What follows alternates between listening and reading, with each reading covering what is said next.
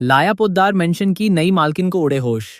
अभिरा और अरमान को case file करता देख कृष्ण ने पोद्दार मेंशन बेच दिया।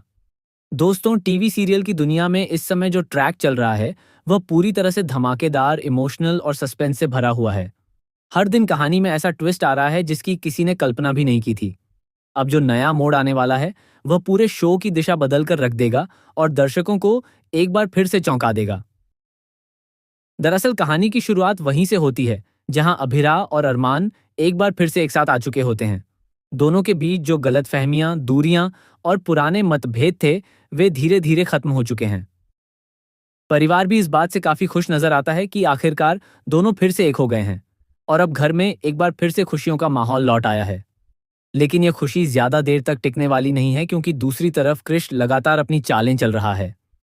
उसे इस बात का अंदेशा लग चुका है कि अभिरा और अरमान अब अपनी खोई हुई फर्म को वापस पाने के लिए कानूनी रास्ता अपनाने वाले हैं। जैसे ही कृष को इस बात की जानकारी मिलती है, उसके अंदर डर और घबराहट पैदा हो जाती है। उसे साफ समझ आ जाता है कि अगर केस फाइल हो गया तो उसकी सारी प्लानिंग, सारी चालें और उसका पूरा कंट्रोल खतरे में पड़ सकता है। इसी डर के कारण कृष एक बहुत बड़ा और चौंकाने वाला फैसला लेता है। वह बिना किसी को बताए, बिना किसी से सलाह लिए पोद्दार मेंशन को बेचने की योजना बना लेता है। उसका मकसद सिर्फ इतना होता है कि किसी भी तरह से वह इस केस और इस झमेले से बाहर निकल जाए और खुद को सुरक्षित कर ले। लेकिन उसका यह फैसला आगे चलकर पूरी कहानी को एक नया और खतरनाक मोड़ देने वाला है। इधर अभिरा और अरमान के रिश्ते में अब एक नई मजबूती आ चुकी होती है। दोनों एक दूसरे के साथ खड़े हैं और मिलकर अपने हक की लड़ाई लड़ने का फैसला कर लेते हैं। परिवार भी उनके साथ खड़ा नजर आता है और इसी बीच घर में एक बार फिर से खुशी का माहौल बनाने के लिए दोनों की दोबारा शादी की तैयारियां भी शुरू कर दी जाती हैं। लेकिन कहानी यहीं नहीं रुकती। जैसे ही फर्म का मुद्दा फिर से सामने आता है, अभिरा पूरी तरह से भावुक और दृढ़ नजर आती है। वह अरमान से कहती है कि यह सिर्फ एक संपत्ति या फाइल का मामला नहीं है, बल्कि यह उनके आत्मसम्मान और परिवार की इज्जत से जुड़ा हुआ मुद्दा है। अगर यह फर्म हमेशा के लिए कृष के हाथों में चली गई तो उनके परिवार की पहचान और दादी का सपना हमेशा के लिए टूट जाएगा। अरमान भी इस बात को गंभीरता से समझता है और दोनों मिलकर यह तय करते हैं कि अब उन्हें पीछे नहीं हटना है। चाहे जो भी हो जाए, अब उन्हें अपने हक के लिए लड़ाई लड़नी ही होगी। इसी बातचीत को कृष छुपकर सुन लेता है और वहीं से उसके अंदर का डर और भी ज्यादा बढ़ जाता है। अब कृष को लगता है कि अगर उसने जल्दी कोई कदम नहीं उठाया तो सब कुछ उसके हाथ से निकल जाएगा।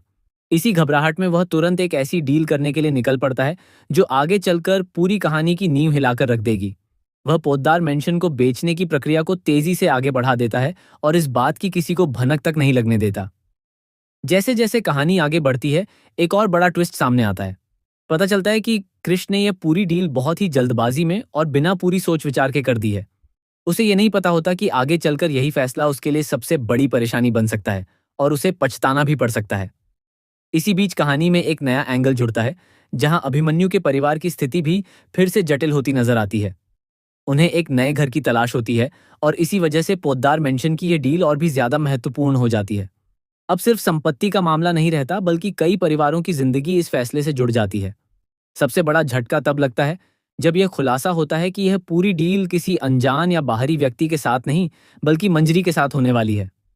जैसे ही यह बात सामने आती है, कहानी में एक अलग ही भावनात्मक मोड़ आ जाता है। अभिरा का सामना जब मंजरी से होता है तो पूरा माहौल बदल जाता है। मंजरी जैसे ही अभिरा को देखती है, उसे अतीत की कई पुरानी यादें ताज़ा हो जाती हैं। उसे लगता है जैसे वह किसी बहुत पुराने और गहरे रिश्ते से फिर से जुड़ रही हो। अभिरा के चेहरे में भी उसे अक्षरा की झलक दिखाई देती है, जो उसे अंदर तक हिला देती है। यह पल पूरी कहानी में एक बहुत ही इमोशनल और सस्पेंस से भरा हुआ मोमेंट बन जाता है।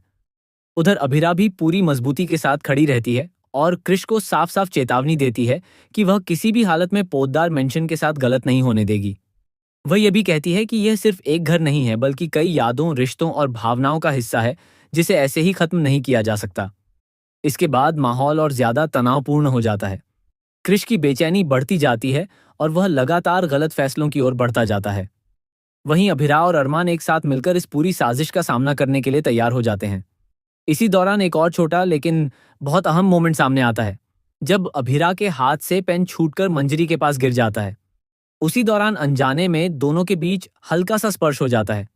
यह छोटा सा पल भी मंजरी के दिल में एक अजीब सी हलचल पैदा कर देता है और उसे ऐसा महसूस होता है जैसे उसका कोई गहरा रिश्ता अभी भी कहीं जुड़ा हुआ है। अब कहानी एक बहुत ही बड़े सवाल पर आकर रुक जाती है। क्या मंजरी को अपने अतीत के सारे राज याद आने वाले हैं? क्या अभिमन्यु की वापसी होगी या फिर कहानी किसी नए मोड़ पर जाएगी? क्या कृष की यह चाल उसे बचाएगी या फिर उसे ही फंसा देगी? आने वाले एपिसोड्स में और भी ज्यादा धमाकेदार ट्विस्ट देखने को मिलने वाले हैं, जहां